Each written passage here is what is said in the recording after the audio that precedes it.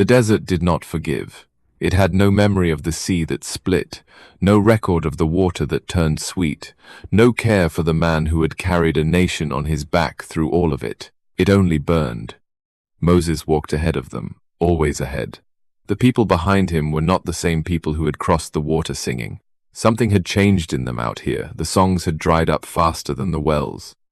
They had seen plagues fall on Egypt. They had walked through walls of water on dry ground. They had eaten bread that appeared from nothing on the ground each morning like a quiet promise renewed. And still, every time the road got hard, their eyes went back to Egypt, back to the chains they remembered, as comfort. He knew what they were saying before they said it. He had learned to read the murmur the way a shepherd reads weather, low and scattered at first, then louder, then a storm. 40 years, that was the verdict. Not Moses' verdict, God's, because the spies had come back from Canaan with fruit in their hands and fear in their mouths. The land is good, they said. And then, but we cannot take it. The people are giants. We were like grasshoppers in their sight. And the crowd had believed the grasshopper report over every miracle they had lived through. That was the moment everything shifted. Not the golden calf, not the bitter water, not the hunger in the wilderness. The moment they chose fear over the promise, that was when the 40 years began. An entire generation condemned to wander until they were gone, and a new people could rise who had never known Egypt.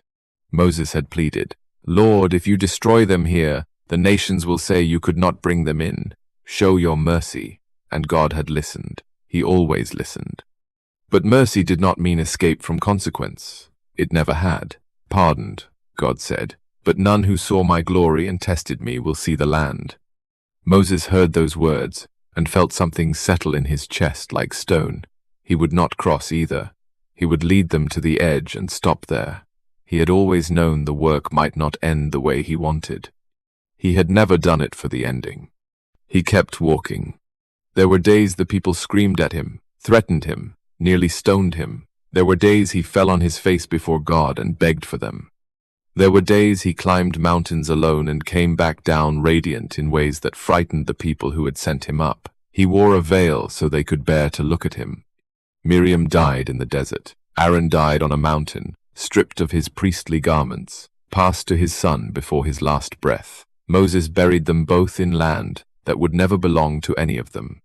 He kept walking. Near the end, the people were thirsty again. The same cry, the same edge of violence in the crowd. Same desert, different year. God told Moses to speak to the rock. Just speak to it. Instead, exhausted and furious in a way 40 years of walking will make a man, Moses struck it. Twice. Water came. The people drank. But God said, "Because you did not trust me, because you did not honor me as holy before them, you will not bring this assembly into the land." Moses did not argue. He understood. Even the shepherd had to be accountable to the same standard he held the flock to. He had cracked. Not in betrayal, not in apostasy, just in a single moment of human rage in front of a crowd who had been pushing him toward that moment for 4 decades. Still, the line held. He began to prepare them for what came after him. He called Joshua steady, faithful Joshua who had been in his shadow since Egypt, and laid hands on him before the whole assembly. "This is your leader now. Obey him the way you should have obeyed me, and more obey God the way neither of us managed to perfectly, but the way the promise requires." He stood before the people one final time and spoke. Not commands, not warnings, a song. He had learned that from Miriam. When there are no more words left, you sing.